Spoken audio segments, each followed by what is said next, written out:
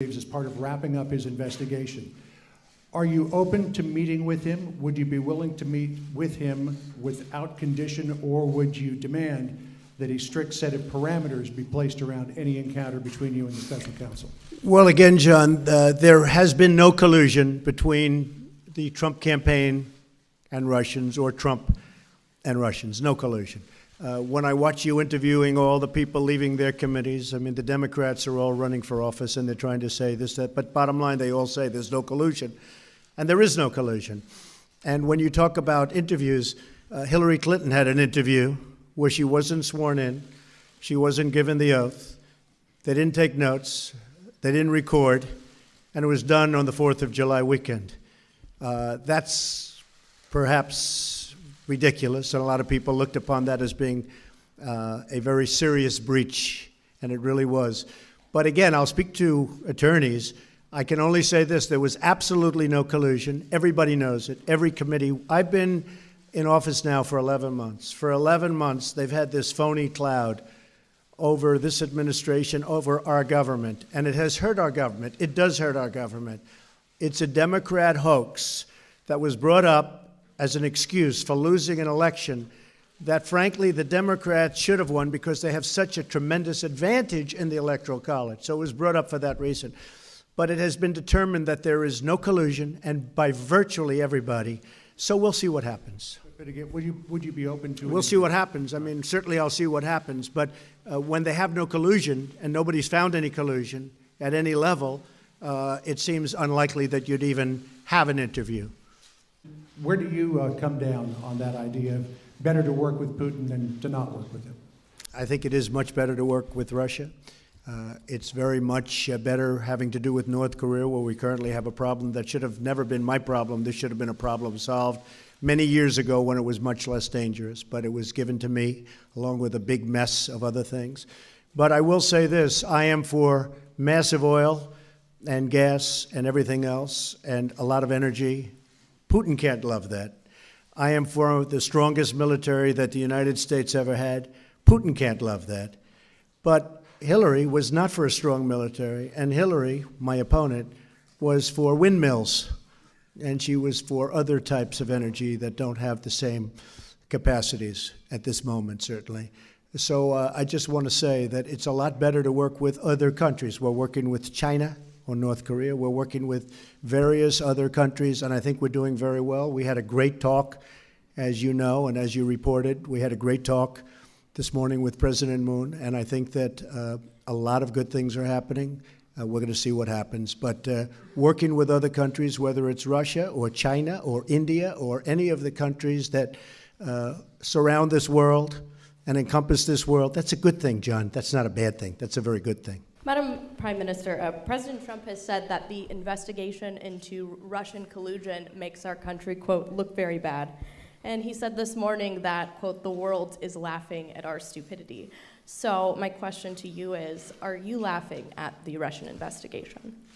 I think that it's up to every political system in countries to scrutinize and discuss their own political agenda in their countries. And I respect that very much, and that this is an issue for American politics. I'd just like to say that it has impacted also in Europe. I think all European countries who have had elections this year has been looking into, will there be any type of tampering or others? We concluded after our election that we could not find any proof of any try to put any emphasis on that from countries outside Norway. I think it was a very Norwegian election with Norwegian participants. Well, I will say this, there is collusion, but it's really with the Democrats and the Russians, far more than it is with the Republicans and the Russians. So the witch hunt continues. Yesterday, in a meeting with lawmakers, you said that you would be open to signing just about any immigration deal that bipartisan group of lawmakers sent to you. Right. Would you be willing to sign an immigration deal that ultimately does not include funding for the border wall, or would that be a red line for you? No. No? It's got to include the wall. We need the wall for security. We need the wall for safety. We need the wall for stopping the drugs from pouring in. I would imagine that the people in the room, both Democrat and Republican, I really believe they're going to come up with a solution to the DACA problem, which has been going on for a long time. and maybe beyond that, immigration as a whole. But any solution has to include the wall, because without the wall, it all doesn't work. You can look at other instances. Look at what happened in Israel. They put up the wall. They solved a very major problem. We need the wall. We have to have the wall for security purposes. Security is number one. And so the answer is have to have the wall. Mr. President, Prime Minister, recently an American General, Robert Mueller, told his Marines based in Norway, there's a war coming, a big-ass fight. Mr. President, how imminent is that big war, and where will it take place? When you say the big war, you're saying what? Say it. It was an American general, Robert Mueller. He visited the Norwegian, the American Marines based in Norway, and he said there's a war coming, a big-ass fight.